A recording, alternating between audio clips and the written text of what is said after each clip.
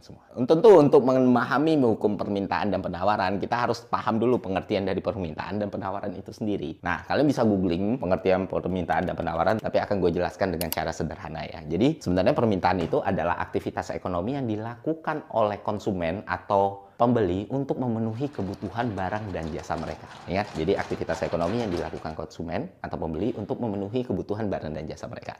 Sedangkan penawaran itu adalah aktivitas ekonomi yang dilakukan oleh penjual untuk menyediakan barang dan jasa yang mereka tawarkan kepada pembeli. Itu pengertiannya. Lalu bagaimana hukumnya bekerja? Sekarang, pertama kita harus paham dulu bagaimana harga menentukan permintaan dan penawaran. Kedua, sebaliknya, kita harus pahami bagaimana permintaan dan penawaran menentukan harga. Kita jelaskan dulu yang pertama. Jadi hukum permintaan itu bunyinya adalah bahwa harga suatu barang memainkan peran penting dalam menentukan permintaan konsumen untuk barang. Semakin tinggi harganya, maka semakin sedikit konsumen yang akan membeli barang itu.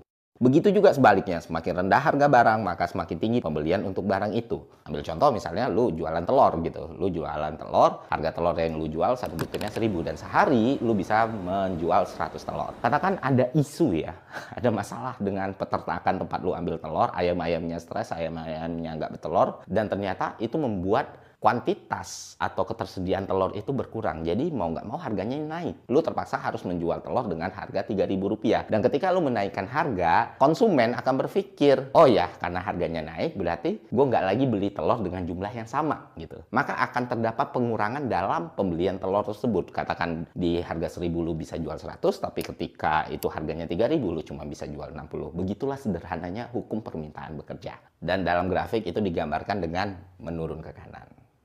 Paham kan hukum permintaan seperti apa? Selanjutnya hukum penawaran. Hukum penawaran menyatakan bahwa dengan asumsi semua faktor lain tetap sama, jika harga suatu barang naik, jumlah barang yang ditawarkan juga akan naik. Sebaliknya jika harga turun, jumlah yang ditawarkan turun.